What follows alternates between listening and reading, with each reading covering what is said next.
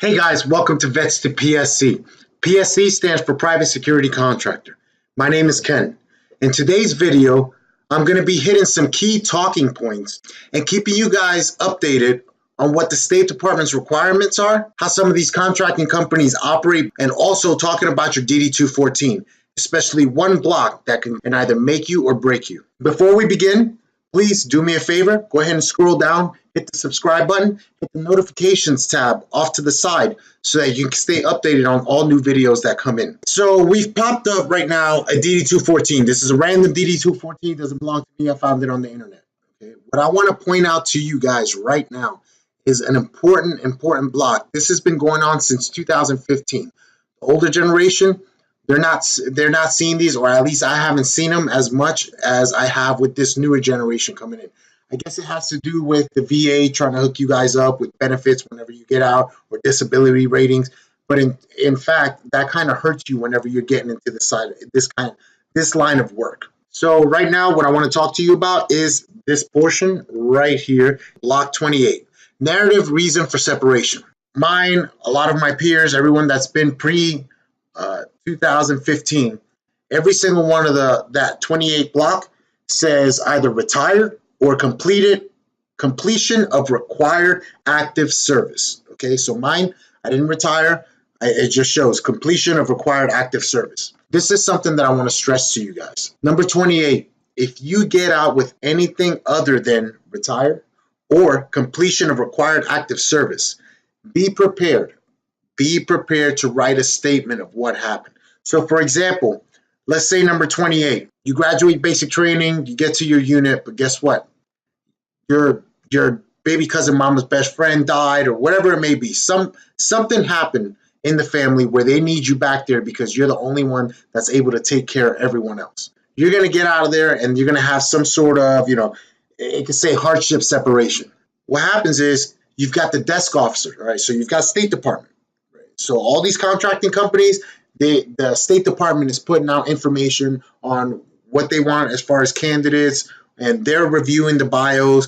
They've got the desk officer that approves it, yay or nay, things like that. So at the top, you have the desk officer. He's the one that gives you the thumbs up or the thumbs down. Right below that, if he chooses, right below that, you have bio reviewers. All right. So these are the people that look at your bio and they look for key things like block number 28. So one of the things that has been happening is you're wanting to get out and you're wanting to claim some sort of disability or whatever the case may be. You guys are seeing things like hardship separation or some sort of medical separation. Guys, you're going to have to start preparing yourself and writing a statement on why that is what it is, because that's what's going to happen. The bio reviewer is going to get that, and either they're going to be the ones that say, hey, you need to explain block number 28. Why did you get out on hardship separation or whatever it may be? And it's not a big deal. Just tell them what happened. For block number 28, let's say you get out on some sort of medical retirement. Be prepared to have the doctor write. Let's say you're going into one of these companies. You're going into Triple Canopy, and you're going to go into the WPS, PSS role. Look at what the requirements are, the physical requirements. From there, have the doctor look that over and have him base a physical on those requirements. Okay, currently patient, Kenny Alicea, is able to perform duties as assigned task, parentheses, running, jumping, 150-meter swim, whatever the heck it may be, whatever the requirements are. All right, again, start prepping this stuff, start getting that in your mind so you can start speeding up the process.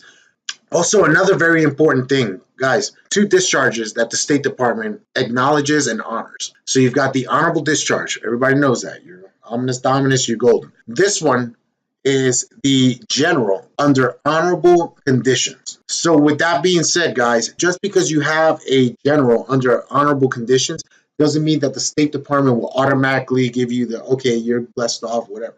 It is all dependent on how they are feeling that year, that month, whatever it may be, based off the requirements, or if they have enough candidates to fill the slots or whatever it may be. Those are the 2 discharges right now. We've spoken about 28. Make sure you prepare for that statement. That statement that you need to prepare to back up the reason why you got discharged on anything other than retired or completion of required active service. All companies have different paperwork that need to be submitted. Okay, so for example, and I'm just throwing it out there, let's say company A, all right, they get my resume, they get everything. company A asked for my ERB. I'm like, why do you guys need my ERB? But they asked for it. Let's say they look at your ERB and they're like, oh, okay, whatever it may be. You can't get a hold of your ERB, or you just don't want to, whatever it may be. Company B will just be like, okay, hey, let me get your resume, let me get your bio, write a bio. Okay, we'll turn in your DD-214 and we'll get approved.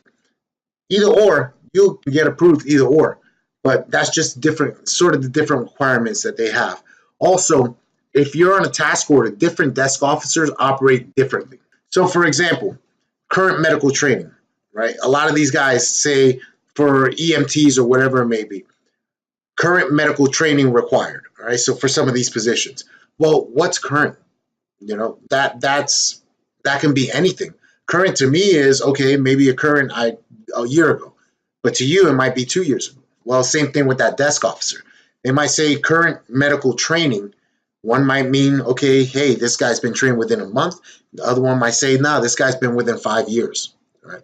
So don't be discouraged, guys, all right? Because a lot of these companies, they have different desk officers, or a lot of these companies just have different requirements. So let's say you can't get into SOC, you can get into Garda. Or if you can't get into SOC or Garda, well, guess what? Castellas could take you. You know.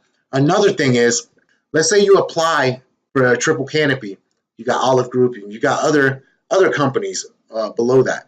If you don't qualify for triple canopy, guys, there's a new triple SI contract, and there's a whole bunch of other contracts that they will put you under. All right. You just have to talk to the recruiter, stay current with them. I know a lot of you guys are messaging me right now. You're telling me, hey, Ken, I've contacted my recruiters. You know, they initially spoke with me, and then after that, no one's gotten back to me. I still don't have a school date, whatever it may be. Be patient. Shop around. You know, like, don't be limited to only one company. Shop around. In this video, I've pretty much talked to you on to DD-214s, Block 28. I've also talked to you about how the State Department operates with the desk officers and the bio reviewers. I've talked to you about medical and what you need to go ahead and start doing statement-wise, talking to your doctor, having them clear you for these positions, you know, so that whenever, boom, you get on board, you know, you can go ahead and you've just mitigated that. That gets your foot in the door. From there, you're probably going to have to do a psych eval, another set. You know, if you got out with PTSD, that's another one. You're going to have to go to a psychologist, get cleared. And then once you turn in that paperwork to these companies, let's say Triple Canopy, they will have you call a psychologist, set up an appointment. They will evaluate you on the phone. So it's almost like you're getting two evaluations. But either ways, you are going ahead and you're being as proactive as possible to get on these contracts. Once you do this, I'm telling you right now, you guys follow these instructions that I'm giving you, they will give you school dates. They really will. And you'll get your foot in the door a lot faster than every single person that I have helped that has come to me and be like, Ken, I need your help. As long as they have followed everything that I have said, they have gotten a school date. All right, that's your job. That's your goal right now. Get a school date. Hey guys, thanks again. Don't forget, subscribe below. Hit me up on Facebook at Ken Contractor. Send me a private message. Let me know how you're doing. Let me know what your questions are. Thanks for watching. God bless.